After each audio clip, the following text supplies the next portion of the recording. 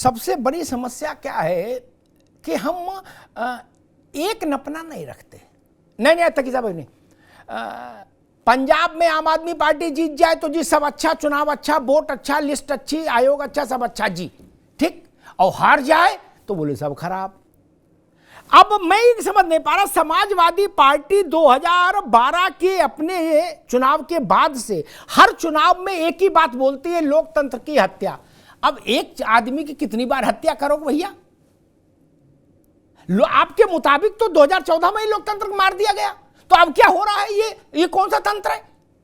आप तो 14 में घोषित कर दिए थे लोकतंत्र की हत्या, फिर 17 में भी लोकतंत्र की हत्या आपकी हुई आपके हिसाब से, फिर 19 में भी हुई, फिर 22 में भी हुई, फिर निकाय में भी हुई। अरे कितनी बार हत्या कराओगे भाई? ये क्या हो रहा है? 2014 में आपकी लीडरशिप में चुनाव हुआ, आपकी गवर्नेंस में चुनाव, गवर्नमेंट के अधीन चुनाव हुआ, वो लोकतंत्र की हत्या कैसे हो जाएगी? कैसे मान लेंगे? 17 में आप चीफ मिनिस्टर थे जब चुनाव हुआ, आपकी सरकार थी, उसको कैसे मान लेंगे लोकतंत्र की हत्या?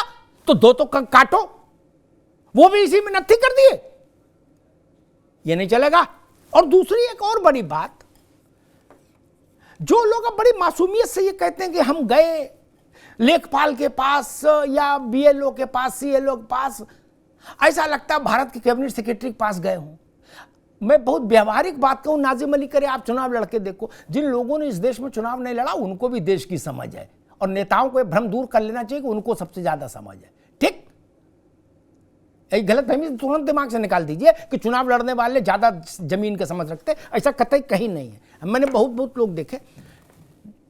एक बात मैं नहीं समझ पा रहा कि भाई आप जहां चुनाव जीत जाते हैं वहां सारी चीजें ठीक, कर्नाटक में भाजपा की सरकार के रहते हुए चुनाव हुआ, ठीक, कांग्रेस जीती। अगर कांग्रेस हार जाती तो लोकतंत्र की हत्या निश्चित हो जाती, फिर लोकतंत्र बच नहीं पाता, चाहे कितना भी गली में छुपता, चाहे बकस में छुपता, सब चिल्लाते लोकतंत्र की हत्या हो गई। अब हत्या नहीं हुई। क्या यह माना जाए कि भाई जब तक उत्तर प्रदेश में समाजवादी पार्टी एक बार नहीं जीत लेगी तब तक लोकतंत्र की हत्या होती रहेगी? यह भी तो बड़ा सवाल है। क्या यह ऐसी स्थिति है?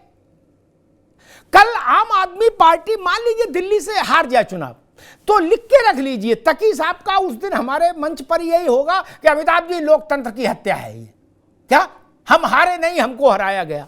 अच्छा जी, जब आप जीते थे तो अपने कर्मों से जीते, अब हराया गया, ये नहीं चलेगा। ये कौन मानता है? कोई नहीं मानता ना, और ये कहना भी नहीं चाहिए बार बार, इसका असर खत्म हो गया। आजम खान अगर नहीं जिता पा रहे हैं तो ठीक है, 44 साल जिता लिया ना, कर लिया, कोई जिले इलाही हो क्या? क्यों चाहते हो? आजम खान भी कह रहे थे, कह रहे ये नस्लें बचाने का चुनाव है। अच्छा, जो मान लो आजम खान की पार्टी वहां दोनों चुनाव हार गई तो नस्ल खत्म हो गई क्या? वहां वो प्रचार कर रहे थे कि नस्ल बचाने का चुनाव है, अब नस्ल खत्म हो गई। अगर ये मान लो अरविंद केजरीवाल का वहां पालिका चेयरमैन हो गया और भाजपा गठबंधन का विधायक हो गया तो नस्ल खत्म हो गई। ये बोलोगे जूते पर थूकेंगे तो चाटेगा कौन? ये जो सवाल उन्होंने खड़ा किया था, इस पर तो हो सकता है उनको चिंता हो, और कोई जूते पर थूका चाटे क्यों? नहीं, लोकतंत्र में यह तरीका ही ठीक नहीं।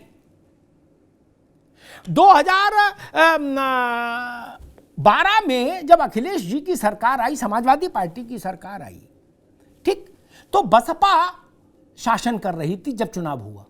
क्या आप जीत के आए ना, क्योंकि जनता ने आपको सपोर्ट किया। 12 के बाद जनता ने आपको सपोर्ट नहीं किया, आप हार गए, बात खत्म हुई। इसमें इतना लोकतंत्र की हत्या क्यों हर छोटे बड़े चुनाव में? अच्छा, फिर 111 स्थानों पर अगर आप विधानसभा में इसी जनता के द्वारा जीते हो मित्र, वहां हत्या नहीं, जहां आप हार जाओ वहां हत्या, ये तो ठीक नहीं। अच्छा, मान लीजिए कल को यही मंत्र बीजेपी भी जपने लगे, तब जहां जहां हारती है बीजेपी, कर्नाटक में अगर यही रिटोरिक लेके आ जाती और कहती लोकतंत्र की हत्या हो गई, बोले क्यों? बोले कांग्रेस को जिता दिया। इच्छित पार्टी को जिताया जाए तभी लोकतंत्र जिंदा रहेगा। यार ये लोकतंत्र है, ये क्या है? ये कुल्फी है, जरा सी गर्मी लगी और पिघल गई। और जो लोग भाई ये कह रहे हैं, नाजिम अली जैसे नौजवान लोगों से लेके और सब साथियों से कहूंगा, जो नेतागिरी भी करना चाहते हैं, थोड़ा मूंछ भी ऐट के चलना चाहते हैं और थोड़ा भौकाल भी अपना बनाना चाहते हैं, और अगर वो इतने कमजोर हैं कि वो चुनाव मतदाता का नाम भी सूची में नहीं डलवा सकते, तो मेरे उनको सलाह होगी तत्काल से राजनीति छोड़ दीजिए, कोई दूसरा काम कर लीजिए, कोई कोचिंग सेंटर खोल लीजिए, प्रॉपर्टी डीलिंग का काम कर लीजिए, कुछ और कर लीजिए। भैया इस सब में मत पड़ो ना। नाजिम तुरंत छोड़ दो। अगर आपके बस का इतना भी नहीं तो आप गरीब को नौकरी क्या दिलवाएंगे? आपकी हैसियत ही नहीं, फिर तो कुछ राशन कार्ड भी नहीं बनवा पाओगे। जब वोटिंग नहीं करवा सकते आप, जिसमें कोई लेना नहीं देना नहीं, तो आप 5 किलो शक्कर क्या दिलाओगे किसी को? नहीं कर सकते, तुरंत राजनीति छोड़ दीजिए। ओवैसी साहब को भी बता दीजिएगा कि अग्निहोत्री जी ने कहा कि भाई राजनीति छोड़ दूं मैं, ठीक ना? अजब तमाशा है, नेता भी बनते हैं, दिन भर मोबाइल भी लिए हैं, हेलो हेलो भी कर रहे हैं, और फिर अंत में कहते मेरे कहने से वोट नहीं बना। अरे आपके कहने से वोट नहीं बना तो आपके कहने से क्या होगा? आप भारत पाकिस्तान के बीच में मध्यस्थता कराने जाएंगे? इतने बड़े नेता हैं कि नाजिम और तकी और कपिल श्रीवास्तव और प्रशांत पटेल वो यूएनओ जाएंगे? अपने गांव में वोट नहीं बनवा पा रहे हो और कह रहे हो नेता हैं हम। क्या नेता हो भाई? नहीं, ये तो फिर भारत की राजनीतिक खेप जो है नई, उस पर इससे नकारात्मक टिप्पणी कोई नहीं हो सकती। अगर मोहम्मद तकी ये कहे कि हम तो भाई साहब वो लखनऊ में गए, कई बार गए, वो पटवारी ने हमको डांट के भगा दिया, तो आप छोड़ दीजिए राजनीति में। किसने कहा? बालूशाही की दुकान खोलिए। समाजवादी पार्टी को भी अपनी आइकिल साइकिल बंद करनी चाहिए। अगर आपके कहने से वोट तक नहीं बन सकता तो आप क्या करेंगे? छोड़ दीजिए। क्या को नेतागिरी कर रहे हैं? एएनआई पर बोलने के लिए कर रहे हैं क्या? केवल ये ट्वीट करने के लिए? ये तरीका ठीक नहीं। मैं फिर इसी विषय पर आता हूं। आम आदमी पार्टी और ओवैसी की पार्टी ने लंबे समय तक उत्तर प्रदेश में प्रतीक्षा की अपने उपस्थिति को महत्वपूर्ण बनाने के लिए। वो लगातार लड़ते रहे, कहीं नोटिस में आए, कहीं नहीं आए, लेकिन चूंकि लड़ते रहे, संघर्ष करते रहे, इसलिए आज नोटिस में आ गए। और कांशीराम जी कहा करते थे कि पहले हराने की हैसियत बनती है, फिर जीतने की बनती है। वो हमको दोनों की दिख रही है। ये उतना इम्तिहान पास कर लिया, हरा भी रहे और खुद जीत भी रहे, ये तो आगे निकल गए एक क्लास। ये सोचना होगा। उत्तर प्रदेश में बड़ी तादाद है मुस्लिम वोट की। उस वोट के पास अभी व्यवहारिक तौर पर 2 ही विकल्प होते थे, 2 ही पसंदगी होती थी कि या तो बसपा चुन लो या सपा चुन लो। स्वाभाविक सपा के प्रति उसका आकर्षण ज्यादा था, विधानसभा का चुनाव बता था। लेकिन आम आदमी पार्टी ने उसमें डेंट डाला है। वो ठीक है, ये कुछ भी कहे हम मुसलमान देख के नहीं करते और हिंदू, लेकिन करते तो सब वही हैं।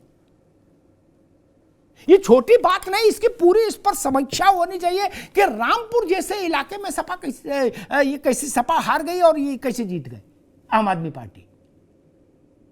और मेरठ, भाजपा के लिए मेरठ का मेयर हमेशा चुनौती रहा कि भाई मेरठ में मेयर हो। वहां ओवैसी की पार्टी का आदमी 1,24,000 से ज्यादा वोट पा जाए, समाजवादी पार्टी के उम्मीदवार से ज्यादा वोट सीमा प्रधान से। अयोध्या में एक मुस्लिम महिला को जिता के ले आए आम आदमी पार्टी वाले। ये छोटी बात है क्या? इसका चिंतन होना चाहिए। मैं मानता हूं कि इस बार स्थानीय निकाय के चुनाव ने उत्तर प्रदेश में राजनीतिक खिलाड़ियों की संख्या बढ़ा दी है। अब आगे से कुछ भी समीकरण बनाने की कोशिश की जाए, कोई भी आकलन करने की कोशिश की जाए, तो उसमें आम आदमी पार्टी और एआईएमआई को भी शामिल करना होगा। उतनी स्थिति कम से कम निकाय में हो गई।